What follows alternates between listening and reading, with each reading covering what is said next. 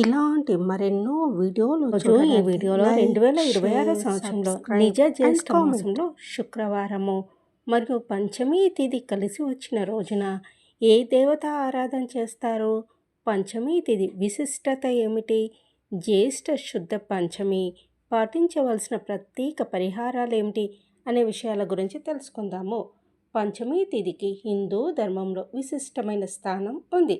ఇది శుభప్రదమైనదిగా పరిగణించబడటమే కాకుండా ఆధ్యాత్మికంగా మరియు లౌకిక పరంగా అనేక విశేషాలను కలిగి ఉంది. పంచమి అంటేనే మనకు మొదటగా గుర్తు వచ్చేది నాగపంచమి. పంచమి తిథి సర్పదేవతలకు అంకితం చేయబడిన రోజు. ఈ రోజున నాగదేవతలను పూజించడం వలన జాతకంలో ఉన్న కాల సర్ప దోషాలు తొలగిపోతాయి. పాము కాటు భయం ఉండదని మరియు నాగదోషాల నుండి విముక్తి లభిస్తుందని భక్తుల విశ్వాసము. రాహుకేతుల ప్రభావము ఎక్కువగా ఉన్నవారు ఈరోజు ప్రత్యేక పూజలు చేస్తారు. పంచమి తిథి లక్ష్మీదేవి కూడా అత్యంత ప్రీతికరమైనది. అందుకే దీన్ని లక్ష్మీ పంచమి అని కూడా అంటారు.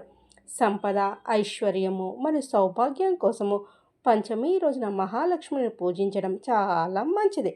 శుక్లపక్ష పంచమి రోజున చేసే లక్ష్మీ పూజ ఇంట్లో ధన స్థిరత్వానికి మరియు సుఖ సంతోషాలకు దారి తీస్తుంది. వసంత పంచమి వంటి పండుగలో పంచమి తిథిని జరుపుకుంటాం.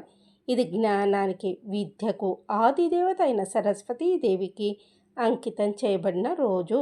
చిన్న పిల్లలకు అక్షరాభ్యాసం చేయించడానికి, విద్యను ప్రారంభించడానికి ఇది అత్యంత శుభప్రదమైన తిథి. మేధస్సు, విజ్ఞానము మరియు సృజనాత్మకత పెంపొందించడానికి ఈ రోజున సరస్వతీదేవిని ఆరాధిస్తారు. పంచమి ఒక పూర్ణ తిథిగా పరిగణించబడుతుంది. కావున కొత్త పనులు ప్రారంభించడానికి, శుభకార్యాలకు మరియు ఆధ్యాత్మిక సాధనకు ఈ రోజు చాలా అనుకూలమైనది.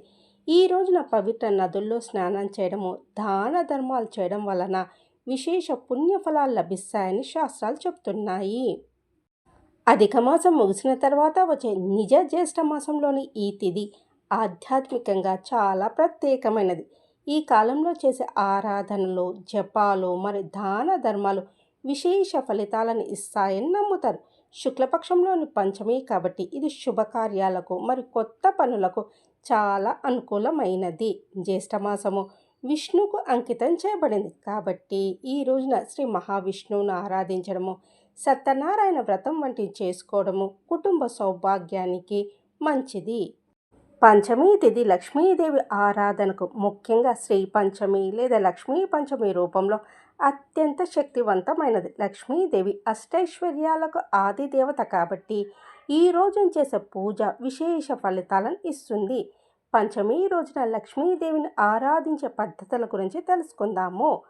పంచమి తిథి లక్ష్మీదేవి యొక్క 5 రూపాలను ప్రసన్నం చేసుకోవడానికి అనువైనది. పంచమి తిథి శుక్రవారంతో కలిసి వస్తే అది మహాలక్ష్మి యోగం వంటిది. ఆ రోజున చేసే పూజ ఇంట్లోని దరిద్రాన్ని తొలగించి ఆర్థిక ఇబ్బందులను దూరం చేస్తుంది. ఉదయాన్నే స్నానాదికాలు ముగించుకొని లక్ష్మీదేవి చిత్రపటానికి లేదా విగ్రహానికి గంధం, కుంకుమతో అలంకరించాలి. లక్ష్మీదేవికి ఎంతో ఇష్టమైన పాయసము, పరమాన్నం లేదా తెల్లని తీపి పదార్థాలను నైవేద్యంగా సమర్పించాలి. తామర పువ్వులు ఉంటే దేవికి సమర్పించడం చాలా శ్రేష్టం. ఈ రోజున శ్రీ సూక్తము, లక్ష్మీ అష్టోత్తర శతనామావళి లేదా కనకదార స్తోత్రం పఠించడం వల్ల దేవి అనుగ్రహం త్వరగా లభిస్తుంది. లక్ష్మీదేవికి నెయ్యితో దీపారాధన చేయడం అత్యంత శుభప్రదం. ఇంటి ప్రధాన ద్వారం వద్ద కూడా దీపాలు వెలిగించడం వల్ల లక్ష్మీదేవిని ఆహ్వానించినట్లు అవుతుంది. పంచమి రోజున సాత్విక ఆహారం తీసుకోవడము, మనసును లక్ష్మీదేవిపై ధ్యానంపై ఉంచడం ముఖ్యం. ఈ రోజున పేదలకు లేదా సుమంగళి స్త్రీలకు పసుపు, కుంకుమ లేదా ఏదైనా చిన్న వస్తువులను దానం చేయడం వల్ల లక్ష్మీదేవి సంతోషిస్తుందని ప్రతీతి.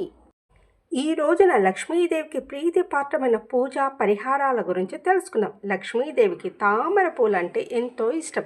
ఈ రోజున కనీసం ఒక తామర పువ్వుని అమ్మవారికి సమర్పించడం వల్ల విశేష ఫలితం ఉంటుంది. లక్ష్మీదేవి పటం ముందు లేదా పూజా గదిలో 2 వత్తులు వేసి ఆవు నెయ్యితో దీపారాధన చేయాలి. ఇది సానుకూల శక్తిని ఆకర్షిస్తుంది.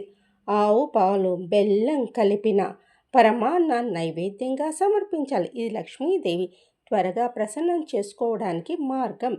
శుక్రవారము పంచమి రోజున శ్రీ కనకదార స్తోత్రం పఠించడము అత్యంత శక్తివంతమైన పరిహారం. ఇది దారిద్ర్యాన్ని తొలగించి ధన ప్రాప్తిని కలిగిస్తుంది. ప్రతిరోజు చేసే దానికంటే ఈ రోజున విశేషంగా శ్రీ సూక్తాన్ని పారాయణం చేయడం వల్ల అష్టైశ్వర్యాలు సిద్ధిస్తాయి. అమ్మవారి అష్టోత్తర శతనామాలు చదువుతూ కుంకుమతో అమ్మవారికి అర్చన చేయండి. లక్ష్మీదేవి శుభమైన అలంకరించబడిన ఇంట్లోకి వస్తుంది. ఈ రోజున ఇంటి ప్రధాన ద్వారం వద్ద బియ్య పిండితో ముగ్గు వేసి పసుపు కుంకుమలు పెట్టండి.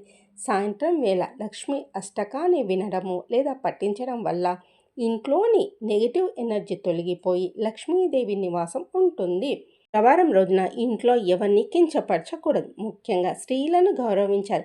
లక్ష్మీదేవి స్త్రీలలోనూ ఉంటుందని నమ్మకము. ఈ రోజున మాంసాహారానికి దూరంగా ఉండడము, ఇంట్లో ప్రశాంతమైన వాతావరణాన్ని ఉంచడం చాలా ముఖ్యం. శుక్రవారం రోజున ఎవరికి డబ్బులు అప్పుగా ఇవ్వకపోవడం మంచిది.